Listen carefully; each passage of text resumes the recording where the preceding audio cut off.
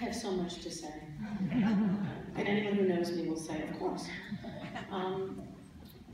Last night when I sat down to put together what I was going to say, I was really, can you hear me? Can you hear me? I hear you fine. I was really cold and really tired, and I thought, oh, I'll just look at the sermon. I mean, they're all over the internet. And so I did, and I read it and thought, ugh, I can't even say this. So I thought, what am I going to say? What do I need to say? What do you need to hear? And so I decided to talk about a journey that I just took, and I let it flow to see what happened. So I thank you, because in writing this, I understood why I took the journey. Sometimes we go on a path, and we just don't know why. Why are we headed in that way? What are we to learn? What are we to gain? So in writing this, I was forced to go into myself and figure it out. What's interesting is that on the way here, I turned on the radio, and Victoria Olstein was speaking. And I don't really listen to her. I like listening to Joel, but I don't really listen to her. But what she was speaking about is what I'm going to be speaking about to you today. And then I got here, and the song was Let It Be, about Mary. And that's kind of what I'm all about. So I really think that each one of you is here for a really high, great reason.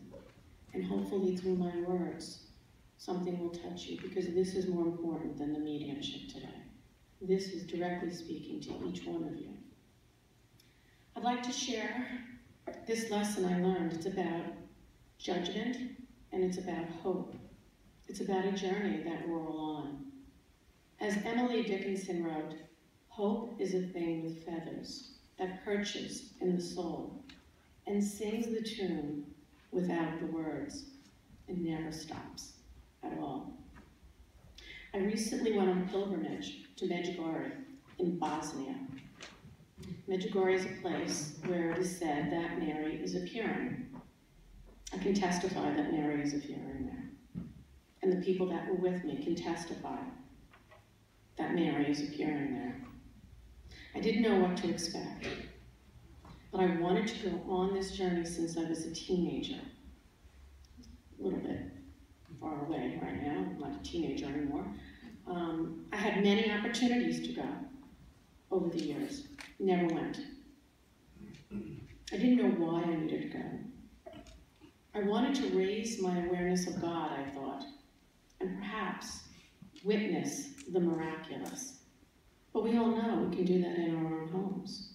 We don't need to go across the world to do that. That's what I thought I was doing. And so, along with a group of my girlfriends, we traveled for 2 days through 4 countries in order to reach Medjugorje. We were really tired, but we were so excited for these miracles that we wanted to see and feel. The first night was unexpectedly freezing. When we left here, it was chilly, but not cold. It was freezing the first night. So we felt we had to follow the crowd and attend an outdoor service, although we did not have the clothes that were appropriate to protect us from the cold. It really was that cold. And so in lightweight clothing, we tried to keep our attention and our focus and be one with the crowd. We tried to blend with the crowd. We sat on a cold bench, our feet on cold ground, and we were extremely distracted, and we were tired. We weren't prepared for this. This is not what we expected. Didn't feel holy. And the crowd seemed to know something that we didn't. They had on hats and gloves and boots. They were ready for a snowstorm. We were ready for, the sun to come out. On the way home, we had to walk through a field to get back to where we were staying, and we talked about our hope. The hope that maybe the rest of the week would be a bit warmer, because we were afraid. We were afraid that we'd be more concerned with buying clothes, which you cannot buy in Medjugorje, or worrying about how cold we were. We were afraid of being distracted. but all we had was hope. We couldn't control the weather. We couldn't control what we had already packed. That was all we had with us, was our hope. Our hope that maybe the sun would shine. And you know what? Hope prevailed. The next day, the weather went into the mid-70s. And all the days and nights that followed on that trip were warm. It was amazing. For us, a miracle. The next day, after this cold, cold night, the sun was shining, and we went to listen to a man speak in the name of God. And he talked about punishment and sin, and about reaching heaven by the rules. He spoke with a voice of judgment, not compassion. And the crowd listened intently, and they shook their heads in agreement. And I could not understand. Where was the compassion I was seeking? Where was Christ? It was beyond me. Why were they shaking their heads? This is not what I came here to hear. And I wondered, why am I here? This is not going to work for me. I traveled so far to this place, and I felt like we were being yelled at. But I wondered, maybe it was me. We all hear our own thing. And perhaps I felt unworthy, because I don't live by these set of rules and precepts. Maybe I was reacting to these words that screamed control, lack of compassion, and fear. Perhaps that's all I heard. I looked around me, and I wondered, what was everyone else hearing? Because I wanted to hear what they were hearing. But that's not what I heard. I heard judgment. I heard rules. This has never worked for me. A very long time ago in high school, I was in a sorority. Together with a group of my friends, we pledged. We went through the motions of doing what we had to do to join this exclusive club. It was fun. Humiliating, but fun. Getting into this sorority was fun. Once I was through, and I went through, the hazing, I guess, everything seemed to change once I was in the club. All the sisters sat at the same table at lunch. They stayed with each other. There were rules. I couldn't do it. And so I rebelled in my way, like I have done a million times over the course of my life. So I sat where I wanted to sit. I spoke to the people that I respected and liked, whether or not they were part of this club. This did not make the sisters happy. Ultimately, they became upset with me, and I had to remove myself from this group. In removing myself, I felt detached and a bit lonely. My friend was still in the group, and now I was on the outside. Yet in my heart, I knew I did the right thing. It was a great lesson in understanding that sometimes doing the right thing, going against the grain, leaving the group, creates a feeling of alienation and pain. And that sometimes is the place we find ourselves and we find God. Well, this is sort of how I felt after the second day of this pilgrimage. I began to wonder why I was there. I felt I stood out like a sore thumb. I couldn't be like these people. I didn't know why I was there, and maybe this was a huge mistake. It was a bit depressing. I began to feel alienated from God. Yet in my feelings of being judged and not fitting in, I also began to judge. I began to judge this crowd. I began to judge the speakers. And in my judgment, I became angry. In retrospect, I should have sent them love and compassion. That's what I would tell anybody else to do. But that's not what I was focused on. I was focused on me. The reason I was in this place. What was this supposed to teach me? Where was my God in all of this? I wanted to feel the joy of God. But for that moment, all I felt was anger. On the evening of the second day, I prayed for an answer, a reason for this trek across the world, a reason for leaving my husband back at home. I was going to be in this place that I had longed to be in for 7 more days. 7 more days can feel like a lifetime when you're so far from home. I had to have hope that there was a reason I was there. Again, there's nothing else. All I could have was hope. The next day, my friends and I were sitting at a cute little outdoor cafe, leisurely sipping espresso and talking, as you do, only in Europe.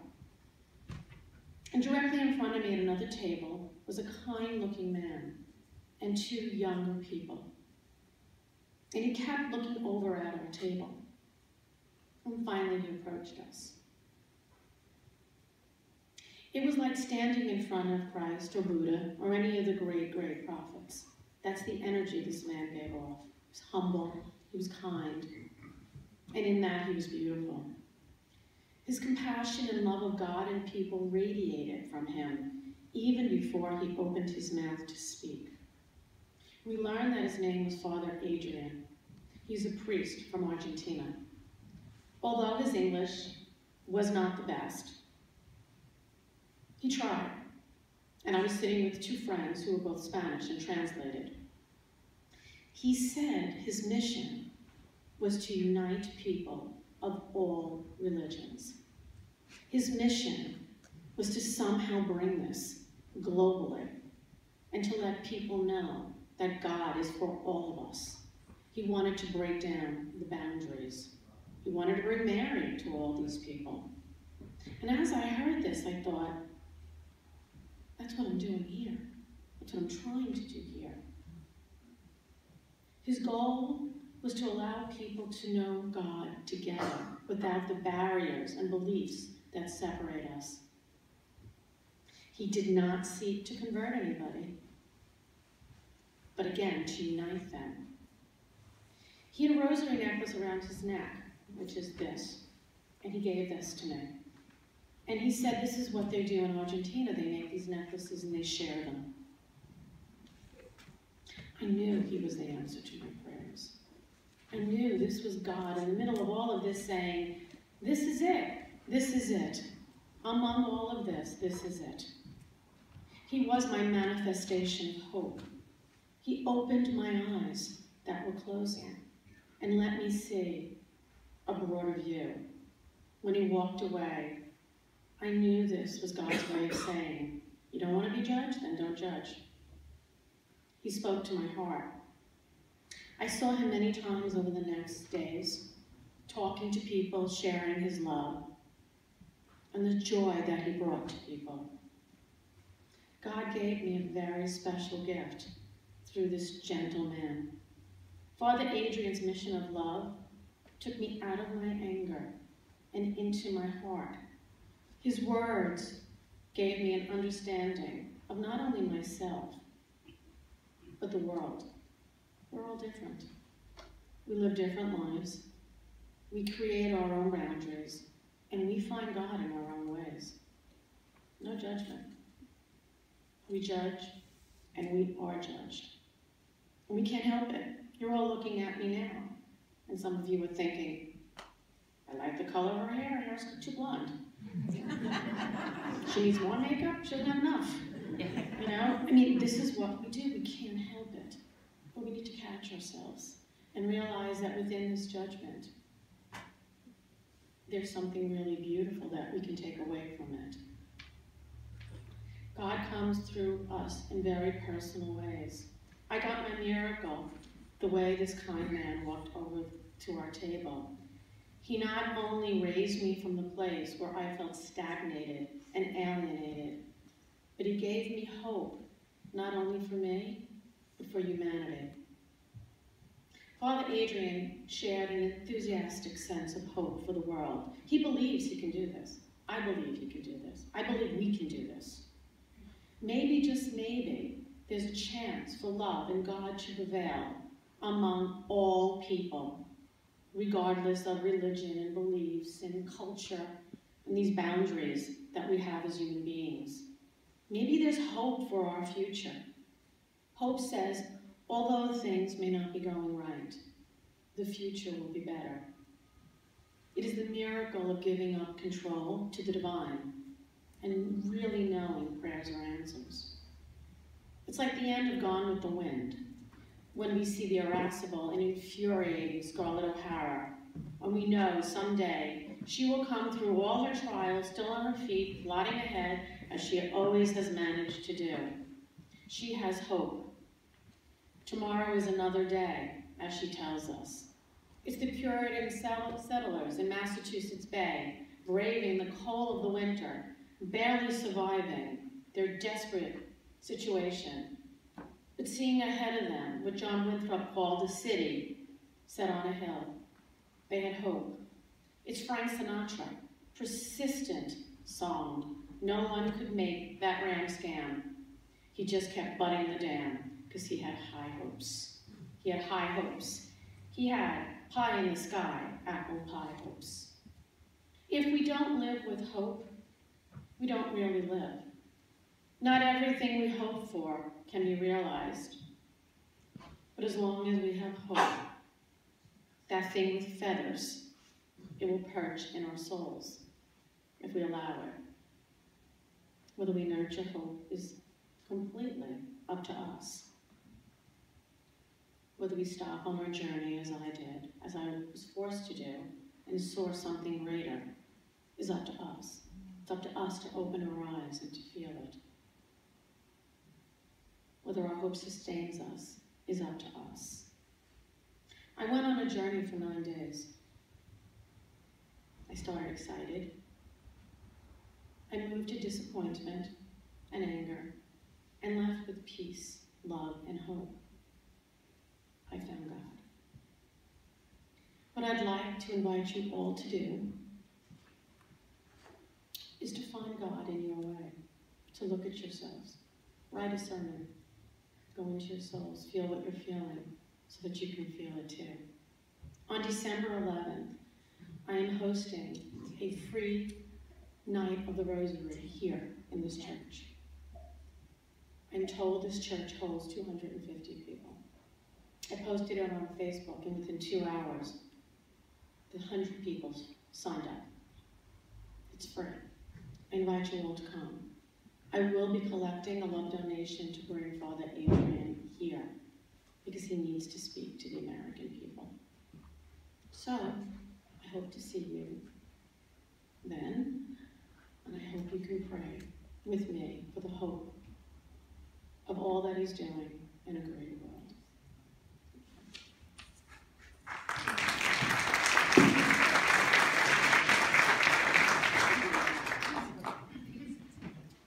Please stand as you are able.